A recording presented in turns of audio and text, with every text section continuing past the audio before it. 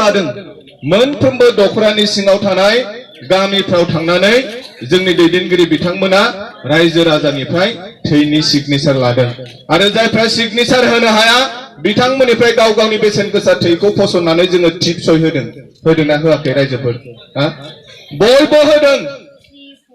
लेखा गोरोंआबो होदों लेखा रोङैआबो होदों सोरबा खामला मावग्रायाबो होदों सोरबा अफिसाराबो जे जोंनि मोननांगौ मोनथायनि थाखाय बा जोंनि जे दाबि दावा बे जाहाथे साक्सेसफुल जायो बिनि थाखाय जोङो थैनि सागान होदों दा बिनिखायनो जोङो बुंबाय थादों जे बे बिटिआर सुक्तियाव जोंनि थै आरो गोलोमदै दङ बिनिखायनो बे सुक्तियाव थानाय दफाफोरखौ जों जुदि मावफुंनांगौबा बेवहाय फिन खेबसेबाव जोंनो नोंथांमोननि मदद आरो हेफाजाब नांगोन मानोना बे बिटिआर सुक्तियानो जोंनि भबिष्यत बे बिटिआर सुक्तियानो जोंनि गथ' गथायनि भबिष्यतखौ गोजों खालामगोन बे बिटिआर सुक्तिनि गेजेरजोंनो जोंनि आबादारिफ्रा जौगानो हागोन बे बिटिआर सुक्तिनि गेजेरजोंनो जोंनि फरायसाफ्रा मोजां गोजौ थाखोआव सोलोंथाइ लानो हागोन बे बिटिआर सुक्तिनि गेजेरजोंनो जोङो गोबां बिथिङाव जोङो जौगानो हागोन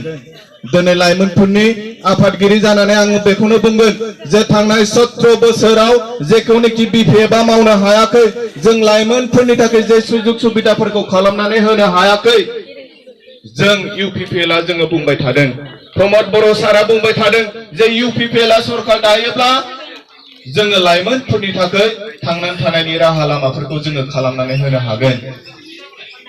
मानोना जोंनि बे बिटिआर सुक्तियाव लाइमोनफोरखौ लानानै गोबां माखासे दफाफोर दङ जे दफाफ्रावनोखि साकरि होनो हानायनि माखासे दफाफोर दङ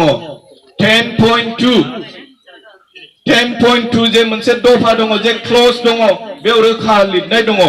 जे youth will be considered for recruitment in army Assam police BSF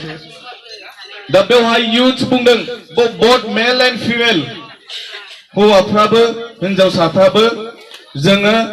सोरबा जुदि आर्मियाव थांनो गोसो आसाम पुलिसाव थांनो गोसो BSF आव थांनो गोसो जोङो बे दफानि गेजेरजोंनो जोङो आरो बेल' नङा जोंनाव गोबां बेबायदि माखासे स्मल आरो मिडियाम इन्डास्ट्रिफ्राव गायसन जागोन जे इन्डास्ट्रिफ्राव जोङो गोबां जोंनि बेकार लाइमोनफोरखौ जोङो थिसननानै लानो हागोन बेबादिनो रेलवे कच फेक्टरिनि खोथा बेवबो जोङो गोबां हाजार हाजार जोंनि लाइमोनफोरखौ जोङो थिसननानै लानो हागोन दिनै जुमदरनिफ्राय लानानै अरांसिम जेसेबांनाखि इक' टुरिजम स्पटफोर दङ बै इक' टुरिजम स्पटफ्रावबो जोङो जोंनि बेकार लाइमोनफोरखौ जोङो थिसननानै लानो हागोन बिनिखायनो जोङो बुंबाय थादों जे बिटिसि ओनसोलाव थानाय जों लाइमोनफ्रा जोङो सांग्रां जानांसिगोन जोंनि बिमा माहारिया सांग्रां जानांसिगोन मानोना बे बिटिआर सुक्तियाव जोंनि गथ' गथायनि भबिष्यत दङ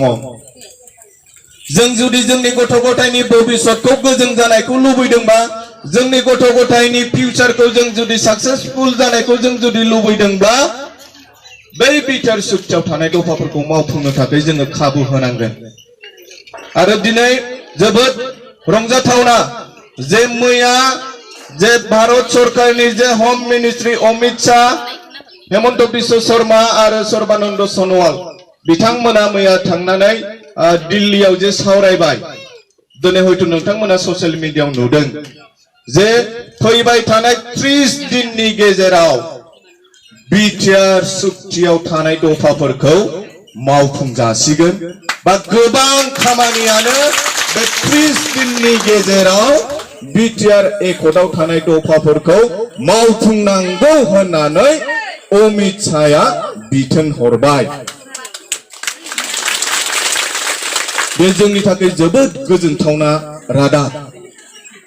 दिनै गोबां माखासे बिपिएफनि दैदेनगिरि बिथांमोना बुंबाय थादों बिटिआर सुक्तियाव जेबो गैया